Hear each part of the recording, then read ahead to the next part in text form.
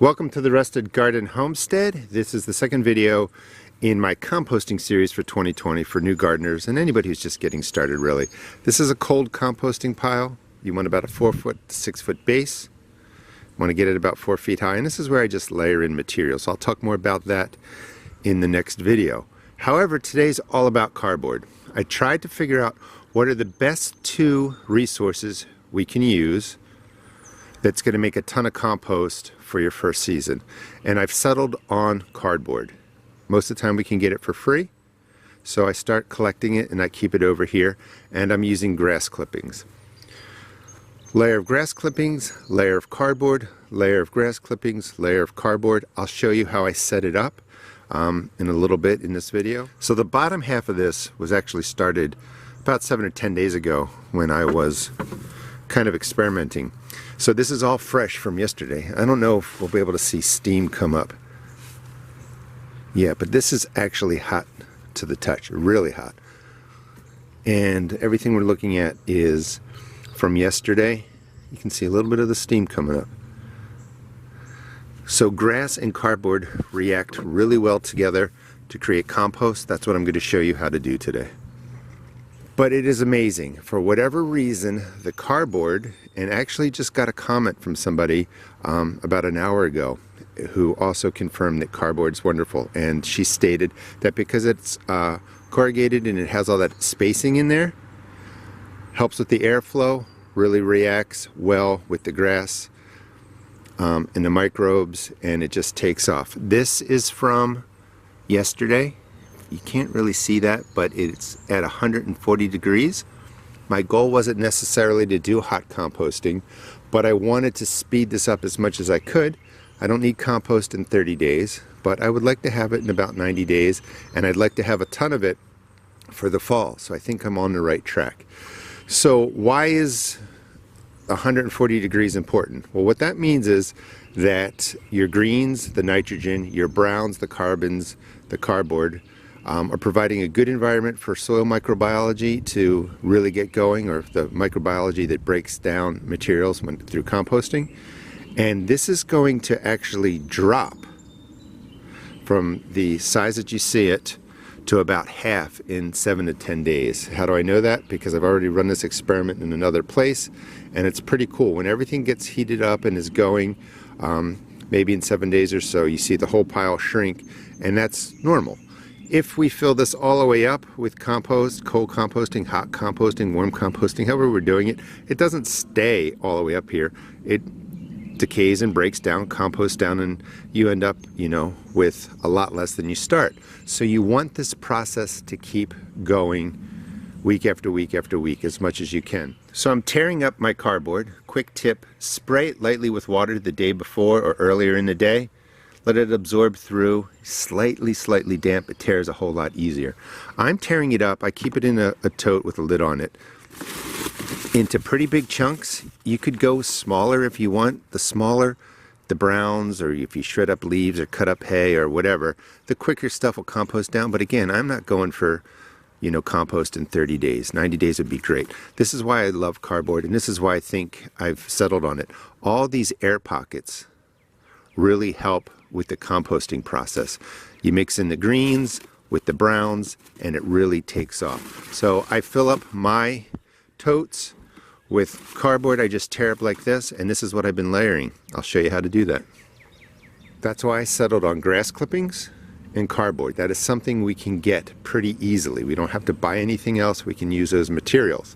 Now, I'll show you how to do this in 15 seconds. I just want to say, if you're getting grass clippings, it cannot have any weed and feed on there. Any kind of chemicals that kill off weeds will also kill off your tomato plants and your flowers, because it doesn't discriminate. All these chemicals do is kill anything but grass. So if it's not grass, the weed and feed chemicals will kill off anything that's not grass. So don't use your grass if you sprayed really within the last, I would go at least 3 months, maybe 6 months, and don't grab bagged grass. I've done that before for my community from neighbors that have cut their grass thinking, hey, I got a great resource, but it was sprayed. You just got to know what you're doing. All right, let me show you how to set this up. right in this space. So these are the basic materials that I recommend and I'm going to be using for this season. Cardboard, grass clippings, lawn clippings. You're going to need a tarp if you don't set up something like this that has a sort of roof on it. That leaks a little bit. But you want to keep the rain off of it. You don't want it to be sopping wet. Some moisture is great. So if you can't build something like this, you can go with a pile, and I put tarps on top of that. I'll show you how to do that at the end. So the setup process is pretty simple, and when you go online, you'll hear 2 carbons to 1 green, or 2 cardboards to 1 lawn, or 1 lawn to 2 cardboards, or 1 lawn to 2 leaves. All these different ratios, it doesn't really matter. If you put in too much green, too much nitrogen, it's going to smell like ammonia. That means you put too much. So add in more cardboard, more browns, and you'll get the sense of it. This is the best basic way to start. We're going to put down 4 inches of loose lawn clippings, grass clippings down there. And what do I mean by loose? When this comes out of my machine, or when it's bagged from the lawnmower, it's pretty dense and heavy, so you just want to sprinkle it down. You want air to be through your compost pile. And you can see if I drop it, let's see, grab this. That's one big clump. You want to really take it and just fluff it, aerate it, get the air through. Let me set that up with 4 inches, set up the tripod, and we'll finish the process. All right, so 4 inches, 10 centimeters of grass down. You could do 4 to 6 inches. The ratios aren't as important as it's just a layer of greens, a layer of browns, a layer of greens, a layer of browns. If it smells, again, like I said, too much like ammonia, that means you put in too much grass, or you need to add more cardboard, and just fix it your next go around. Kind of keep a little journal of how you're setting this up. It's worth taking the time to really fluff the grass, get air through there, make sure it's fluffy. It makes a big difference. So I'm storing all my torn cardboard in containers. Great way to do it. As you get cardboard, tear it up. You know, smaller pieces will speed up the process, but I'm not in a rush. You know, 90 days from now for a top dressing mid-season or the end of the season is fine. And this is all I'm doing, is I'm just layering in the cardboard so that it just looks something like that. And I know that I have a nice layer of cardboard between the grass. So another 4 inches will go down in a second. So as the grass decays, it gets kind of slimy and moist. That moisture will be absorbed by the cardboard. The microbiology will love the mixing of the greens, the nitrogen, carbon in the cardboard, and it really heats up and starts to work. This is a really effective way to make your own compost, and I encourage you, save your grass clippings, save your cardboard, give it a try. And another 4 inches of the grass clippings. Maybe you just want to try 3. I wouldn't go too far past 6 because you're going to get that ammonia smell. And just make sure you drop it and fluff it in. So another layer of grass is down, and you can check my description for metric conversions if you want. Another layer of cardboard, something like that. Also make sure you take out staples, anything that's plastic, your plastic tape, just take it off there. And this was one large box. It was actually that box in the beginning.